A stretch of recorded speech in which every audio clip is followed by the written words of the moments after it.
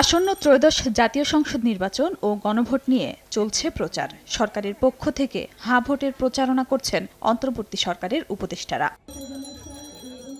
মঙ্গলবার সকালে সাভারের রেডিও কলোনি স্কুল মাঠে ভোটের রিকশার কার্যক্রমের উদ্বোধন করেন তথ্য সম্প্রচার মন্ত্রণালয়ের উপদেষ্টা সৈয়দা রিজওয়ানা হাসান। উপদেষ্টা বলেন, গণভোটের পক্ষে হ্যাঁ ভোট দিতে দেশব্যাপী প্রচারণা চালাতে ভোটের রিকশার কার্যক্রম শুরু করা হয়েছে। দেশের প্রতিটি ইউনিয়নে একটি করে রিকশা গণভোটের পক্ষে হ্যাঁ ভোট দিতে প্রচারণা চালাবে। দলীয় স্বার্থ বা ব্যক্তিগত স্বার্থ দেখে চলবে না।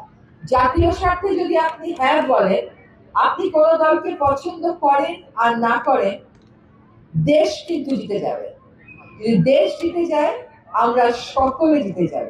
সংসদ নির্বাচন ও গণভোট উপলক্ষে পটুয়াখালী জেলা প্রশাসকের সম্মেলন কক্ষে জেলা পর্যায়ের কর্মকর্তাদের সঙ্গে মতবিনিময় সভা করেন পররাষ্ট্র উপদেষ্টা। বলেন, সরকারি কর্মকর্তাদের নিরপেক্ষতা তাদের কাজ দিয়ে প্রমাণ করতে হবে এবং জাতীয় সংসদ নির্বাচনে বিদেশি পর্যবেক্ষকরা উপস্থিত থাকবেন বলেও জানান পররাষ্ট্র উপদেষ্টা।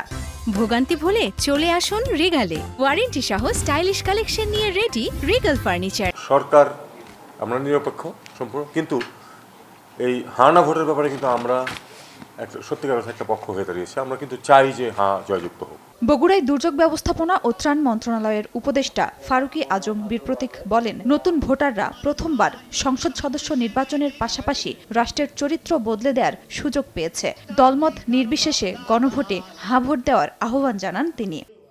মাগুরায় আসাদুজ্জামান মিলনায়তনে ত্রয়োদশ জাতীয় সংসদ নির্বাচন ও গণভোট বিষয়ক মতবিনিময় সভায় অংশ নেন পার্বত্য চট্টগ্রাম বিষয়ক উপদেষ্টা সুপ্রদীপ চাকমা।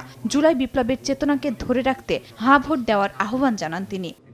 চাঁপাইনবাবগঞ্জে সংসদ নির্বাচন ও গণভোট প্রচারণা বিষয়ক মতবিনিময় সভায় প্রাথমিক ও গণশিক্ষা মন্ত্রণালয়ের উপদেষ্টা অধ্যাপক ডক্টর বিধান রঞ্জন রায় বলেন, হ্যাঁ ভোট মানুষের বৃহত্তর স্বার্থে।